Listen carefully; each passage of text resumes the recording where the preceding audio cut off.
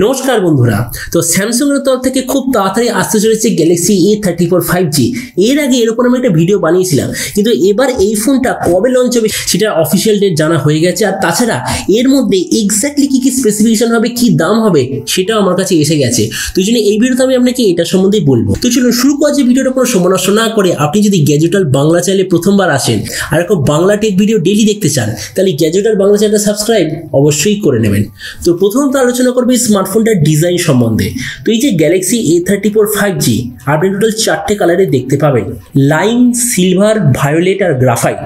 এই ফোনটার পেছন দিকে আছে ফুললি গ্লাস বডি ফোনটা থিকনেস হলো 8.2 মিলিমিটার আর ওয়েট হলো 199 গ্রাম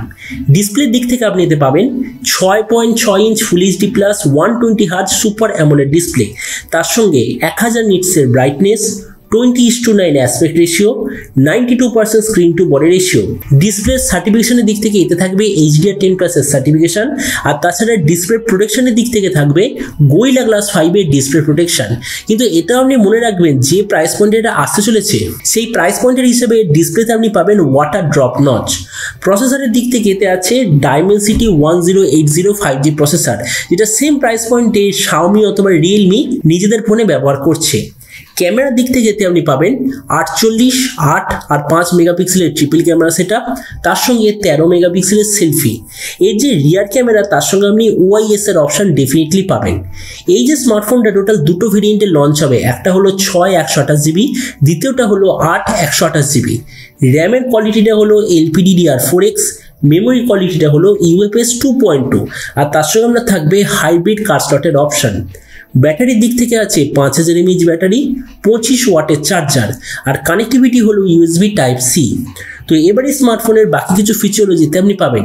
Android 13 out of the box under display fingerprint sensor কোনো ধরনের 3.5 জ্যাক থাকবে না আর স্পিকার অবশ্যই ভাবে পাবেন ডুয়েল স্টেরিও স্পিকার আর হ্যাঁ স্যামসাং এর রিসেন্টলি যে সফটওয়্যার আপডেট পলিসি সেই হিসাবে এই ফোনটার সঙ্গে আপনি টোটাল 4টে মেজর OS আপডেট পাবেন আর তার সঙ্গে 5 বছর অবধি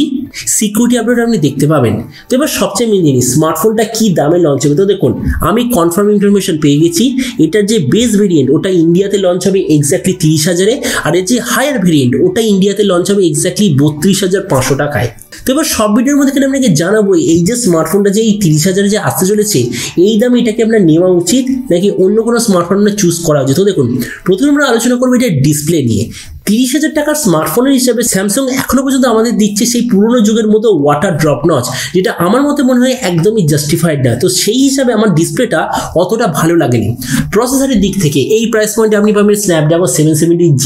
কেউ আপনাকে দেবে Dimensity 8100 8200 প্রসেসর কিন্তু এখানে আপনি পাচ্ছেন Dimensity 1080 প্রসেসর যেটা আমি বাজে বলবো না মানে ঠিকঠাক আছে কেননা সেম প্রাইস পয়েন্টে আপনি Redmi বা Realme তরফ থেকে সেম প্রসেসরটা পাবেন তার মানে প্রসেসর ঠিকঠাক আছে ক্যামেরার দিক থেকে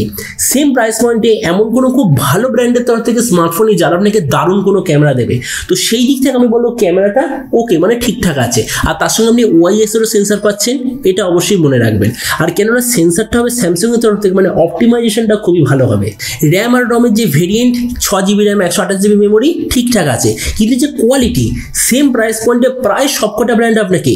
LPDDR5 এর র্যাম UFS 3.1 কম্বিনেশন এই দুটো আপনাকে দেবে কিন্তু স্যামসাং আপনাকে সেটা দিচ্ছে না সেই দিক থেকে ডাউনগ্রেড ব্যাটারি আর চার্জারের দিক থেকে প্রাইস পয়েন্টের প্রায় সবকটা কোম্পানি আপনাকে 5000 mAh ব্যাটারি তো অবশ্যই দেবে কিন্তু